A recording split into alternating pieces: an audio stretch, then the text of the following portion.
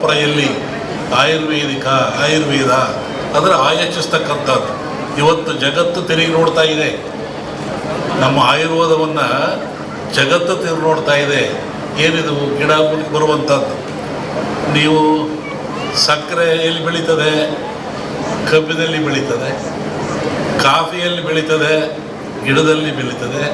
ಹಾಲಲ್ಲಿ ಬರುತ್ತೆ, ಹಸುವಿನಲ್ಲಿ ಬರುತ್ತೆ. ಕಾಫಿ, ಸಕ್ಕರೆ, ಹಾಲು, ನೀರು ಹಾಕಿ ಕಾಯಿಸಿದರೆ ಏನಾಗುತ್ತೆ? ಕಾಫಿ ಆಗುತ್ತೆ, ಸ್ವಾದಿಷ್ಟ ಆಗ್ತದೆ. ಅನ್ನ ಎಲ್ಲಿ ಬರ್ತದೆ? ಭತ್ತದಲ್ಲಿ ಬರ್ತದೆ. ಮೆಣಸಿನಕಾಯಿಯಲ್ಲಿ ಬರುತ್ತೆ, ಬೇಳೆಯಲ್ಲಿ ಬರುತ್ತೆ, ತರಕಾರಿಯಲ್ಲಿ ಬರುತ್ತೆ, ಸಾಂಬಾರು ಪದದಲ್ಲಿ ಬರುತ್ತೆ. ಎಲ್ಲ ಗಿಡಮೂಲಿಕೆಯಲ್ಲೇ ಬರುವಂಥದ್ದು. ಅದನ್ನು ಉಪಯೋಗವಾಗಿ ಮನುಷ್ಯ ಸದೃಢರಾಗ್ತಾ ಇದ್ದಾನೆ. ಇದರ ಗುಟ್ಟನ್ನು ಅರ್ಥ ಮಾಡ್ಕೋಬೇಕು. ಅದರಿಂದ ಈ ಗಿಡಮೂಲಿಕೆಗಳ ಪಾತ್ರ ಭಾಳ ಪವಿತ್ರವಾದದ್ದು ಮನುಕುಲಕ್ಕೆ, ಮನುಷ್ಯನ ಬಾಳ್ವೆಗೆ. ನಾನು ಹೇಳಿದೆ, ಏನುವಿದ್ದರೆ ಕಲಿಸಲೇನು, ಏಸುವಿದ್ದರೆ ಕಲಿತಲೇನು, ಸಾವಿದ್ದೆ ಬಾರದು. ಇದೆಲ್ಲ ಓದ್ಬೋದು, ಇದೆಲ್ಲ ಮಾಡ್ಬೋದು, ಸಾಯದಾರ ಹೇಳ್ಕೊಡ್ತಾರ? ಸಾಯವಿದ್ಯಾರು ಹೇಳ್ಕೊಡ್ತಾರ? ಯಾರು ಹೇಳ್ಕೊಡಲ್ಲ. ಯಾಗ ಸಾಯಬೇಕು, ಯಾಗ ಇರಬೇಕು. ನಮ್ಮಲ್ಲಿ 100 ವರ್ಷ ಆದರೂ 200 ವರ್ಷ ಕಥೆಗಳು ಹೇಳ್ತಾರೆ.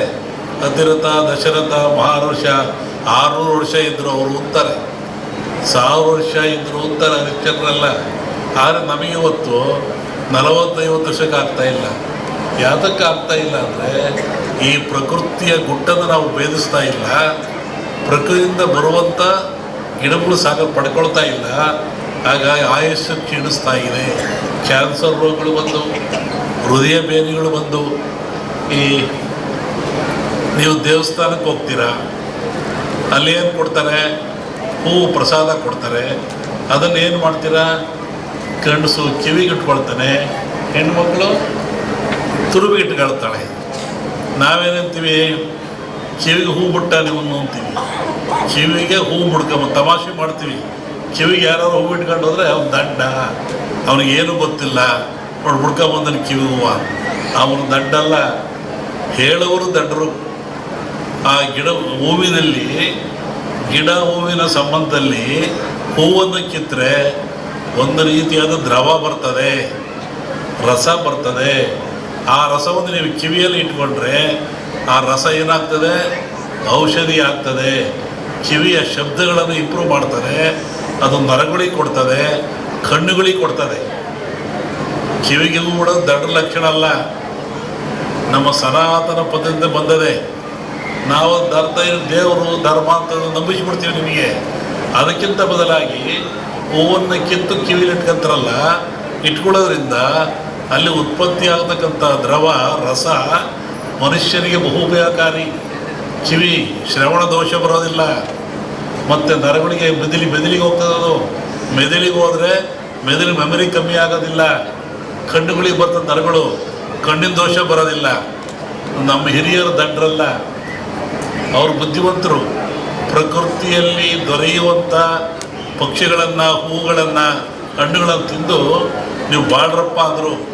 ನಾವಿವತ್ತೇನಂತೀವಿ? ಟೀಕೆ ಮಾಡ್ತಾ ಇದ್ದೀವಿ. ಹೆಣ್ಣು ಮಗಳು ಹೂವನ್ನು ತುರುಗಿ ಮುಡಿತಾಳೆ, ಹೂವನ್ನು ತುರುಗಿ ಮುಡಿತಾಳೆ.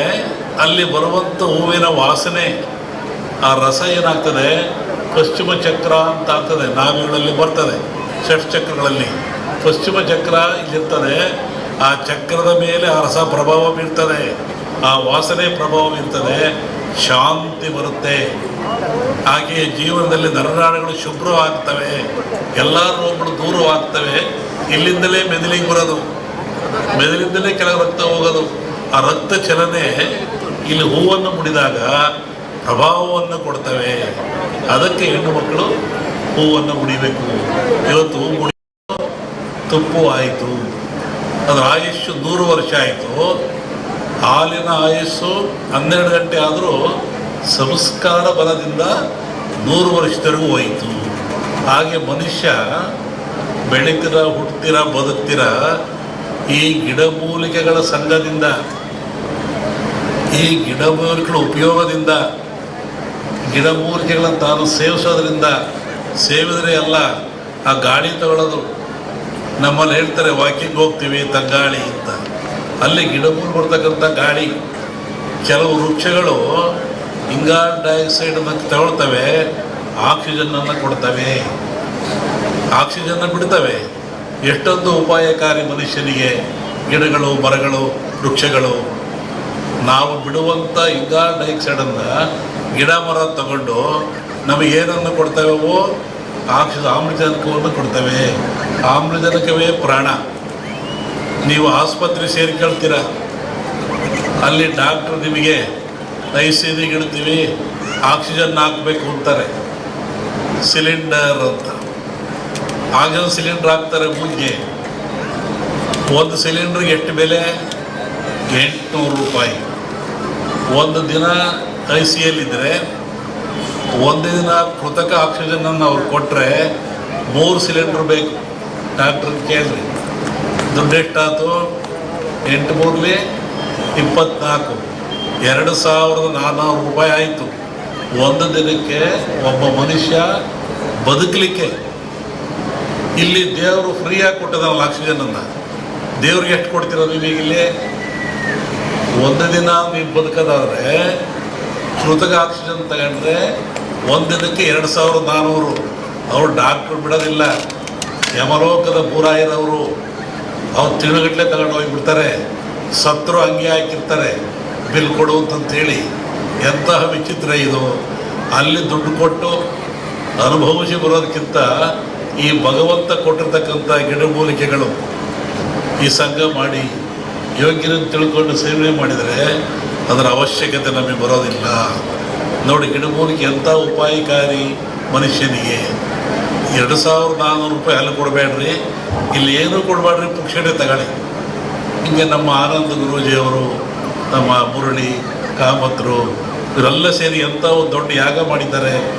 ಇದು ಯಾಗ ಅನ್ನೋದಕ್ಕಿಂತ ಮನುಷ್ಯನ ಆರೋಗ್ಯದ ಗುಟ್ಟನ್ನು ಕಣ್ತರಿಸಿದ್ದಾರೆ. ನೀವು ನೋಡ್ರಿ, ಇಂತಿಂಥ ಗಿಡಮೂಗಳು ಭೂಮಿಯಲ್ಲಿದ್ದಾವೆ.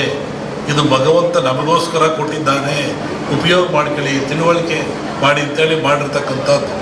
ಹಾಗಾಗಿ ಈ ಭಾರತೀಯ ಪರಂಪರೆಯಲ್ಲಿ ಆಯುರ್ವೇದ ಅದರ ಆಯೋಜಿಸ್ತಕ್ಕಂಥದ್ದು. ಇವತ್ತು ಜಗತ್ತು ತಿರುಗಿ ನೋಡ್ತಾ ಇದೆ, ನಮ್ಮ ಆಯುರ್ವೇದವನ್ನು ಜಗತ್ತು ತಿರುಗಿ ನೋಡ್ತಾ ಇದೆ. ಏನಿದು ಗಿಡ ಮೂಲಿಕೆ ಬರುವಂಥದ್ದು. ನೀವು ಸಕ್ಕರೆ ಎಲ್ಲಿ ಬೆಳೀತದೆ? ಕಬ್ಬಿನಲ್ಲಿ ಬೆಳೀತದೆ, ಕಾಫಿಯಲ್ಲಿ ಬೆಳೀತದೆ, ಗಿಡದಲ್ಲಿ ಬೆಳೀತದೆ. ಹಾಲಲ್ಲಿ ಬರುತ್ತೆ, ಹಸುವಿನಲ್ಲಿ ಬರುತ್ತೆ. ಕಾಫಿ, ಸಕ್ಕರೆ, ಹಾಲು, ನೀರು ಹಾಕಿ ಕಾಯಿಸಿದರೆ ಏನಾಗುತ್ತೆ? ಕಾಫಿ ಆಗುತ್ತೆ, ಸ್ವಾದಿಷ್ಟ ಆಗುತ್ತೆ.